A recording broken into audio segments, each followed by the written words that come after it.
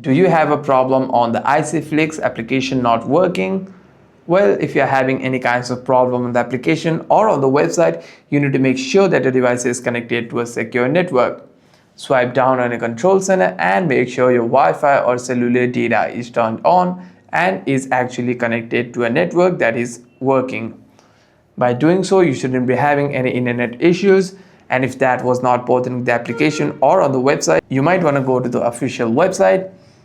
On the Chrome, you want to search ICFLIX, search for ICFLIX, and simply tap on the website. After that, you want to tap on Add App, and you'll be able to use the application from here. However, if you're still having any kinds of problem on the application, you might want to uninstall the app and install it again. And if that doesn't solve the problem, simply restart your device once and open the app again. Hope this video was helpful, and if you have any further questions, make sure to leave a comment down below.